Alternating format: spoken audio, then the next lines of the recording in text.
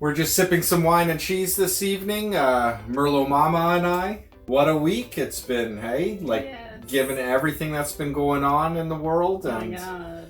there's been the Wall Street bets and Dogecoin and, you know, it's just been a wild time.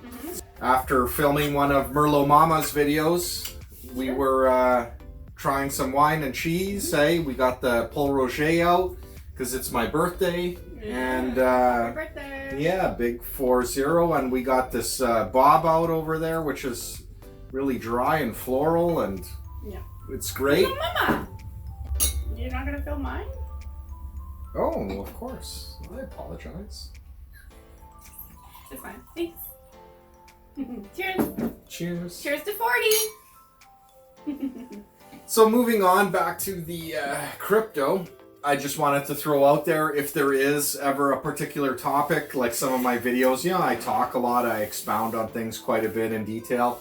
There's always timestamps down below, so just check the timestamps and click on exactly why it is you're here. Obviously, I value everyone's time, so I don't want to drag things on, but this week we're going to talk about quite a bit, so that's why I mentioned that. We got the whole Wall Street's bet saga with GameStop that happened.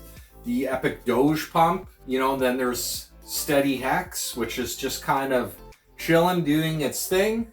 And then we have Merlot Mama's big Ethereum purchase, which is she's going to share with us. Anthurium. Oh, Anthurium. This is an anthurium. I misunderstood. He likes to call it the Ethereum plant. Can we put it in frame or no? Sure, yeah, we can leave it there. It's a beautiful plant. If you want to see more plants, come check me out. Shameless promo. So, moving on to the Wall Street bet saga. So this has been going on for a while. So I'm sure most of you are up to speed on what's happened there. With GameStop, the whole story boils down to there was this Reddit user who noticed that 113% of all the stock had been shorted, which is more stock than what exists. So eventually you have to cover it.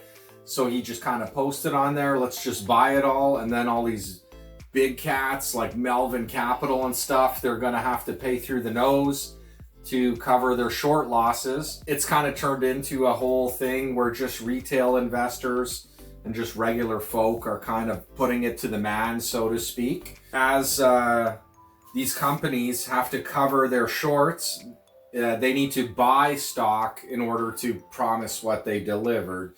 And when this whole saga started, there was, and I'm just looking, because I made some notes here about this, I don't want to get my numbers wrong and be accused of giving inaccurate data. When this whole saga started, there was 71.2 million shares that were promised by the short sellers. And that's more shares than what had existed.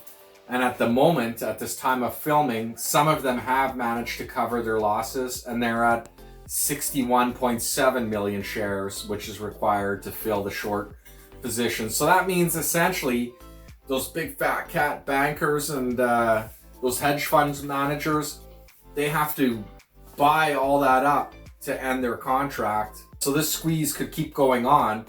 And essentially these wealthy people, they're going to have to end up stepping on each other's skulls to buy it at any price. So this thing is kind of like an infinite money machine. So anybody, if enough people just hold like with steady hands and refuse to sell, these people have to buy those shares, and it doesn't matter what it costs.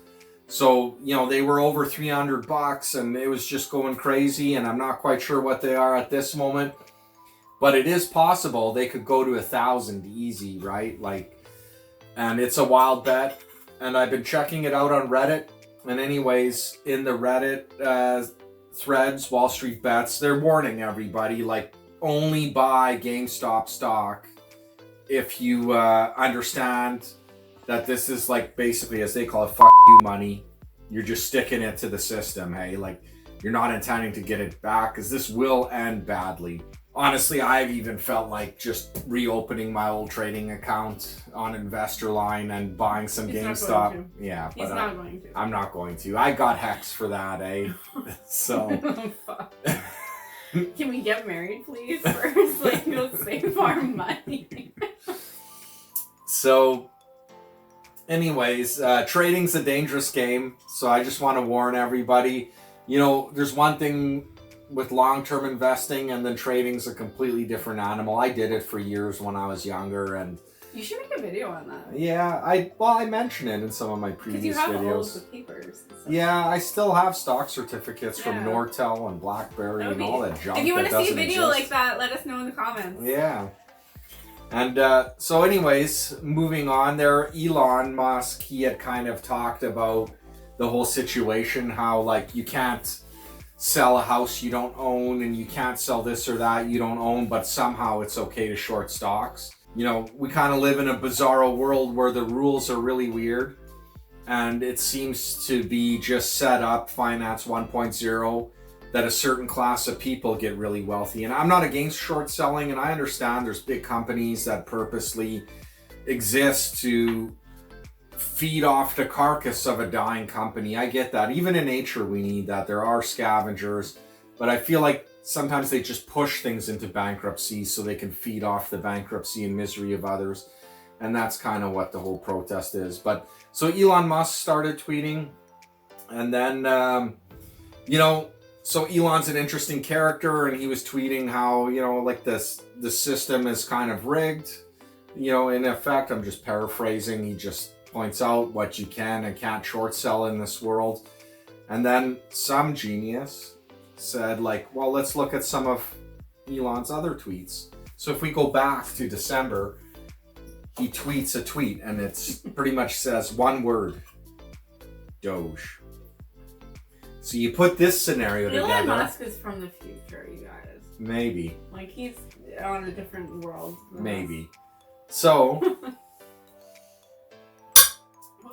you put that together, everything that's going on, and then Doge. So of course someone points out, well, since crypto is so much censorship resistance, and there's just, it's a different kind of system than Finance 1.0. So with the whole Wall Street bets, you have Robinhood stopping people from buying GameStop and even selling their shares without their permission to the big bankers, which isn't right. And with crypto, you have this censorship resistance, and you can't, your crypto can't move without your permission and your private keys. So somebody putting two and two together, the Doge tweet and the whole crypto theme, said, why don't we pump Doge? And that's exactly what's happened. This giant Doge pump happened. It was crazy. I mean, I got a phone call from a friend of mine. I was working and it was lunchtime, and I had to talk to him about something else. And then he asked me, because he knew I was into crypto, like, what's this Doge that's everybody's retweeting? So I looked it up. Sure enough, it's flying at like 270% up. And then when I get home, it's like 700% up. So if you saw David's video that he made a couple weeks back about Pornhub, he bought. I bought a Pornhub membership with Doge for $10. $10, I guess, US. Or... Yeah. So what would that be worth now? Well, you know, I wasted my Dogecoin, some of it, a portion of it anyways. I had a pile of Doge so from before. 1 month Pornhub subscription cost you... Well, at the peak, you know, it was probably like $100 subscription, if not more, in all honesty. But, you know, whatever. I've been holding Doge forever. I would have been better saving it and selling it. But, you know, I did it for the video, so... We just had the camera cut out there. Sorry. A little bit of a glitch. But anyways, yeah, so the Pornhub thing, I did waste some Doge on that.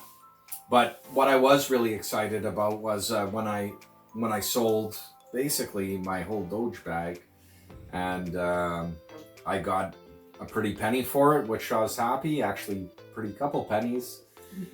There was one stash there of 1,000 Doge that I figured, just for fun, let's put it up to 9 cents. And it actually did sell on South Exchange. So we got a little chart here somewhere. And on South Exchange, Doge actually did hit 45 cents, which was amazing. But, you know, again, the trading, it's all fun and good and stuff like that. But one thing I am glad for was that I have my Hex bag, which grew over the last year to my biggest holdings in crypto. One of these days, I want to do one of those pie chart things that show where my investments lie. And Hex is the biggest, even though I probably put the least into it. And the nice thing about it is, despite ups and downs in the market, I'm always collecting that interest. So I might look and see what all the other projects are doing, and looking at what's going on in the stock market. But in terms of speculation, the bulk of my speculation portfolio is in Hex now, and I just like collecting that interest. It's kind of, in the old days, we used to chase the yield, right? Going from Hex, there was on another topic, the Ethereum plant here, or anthurium, is Vitalik. He published a little paper. I'm going to have the link in the description down below about ZKsnarks and how that would work with Ethereum, and it's a really interesting read. If you're interested in scaling like I am, it's definitely something to check out. And that's pretty much what I got for the week. So do you have anything? Well, I don't know. Did we talk? Was the Elon Musk conversation in that? Yeah. Well, I don't know. Follow me for plants. Okay. It'd be like plants and wine. All right. He knows the way to my heart. Yes, I do. All right. Cheers. Cheers. Cheers to you and us and David being 40 and Richard Hart and... Thanks for joining us. Bye.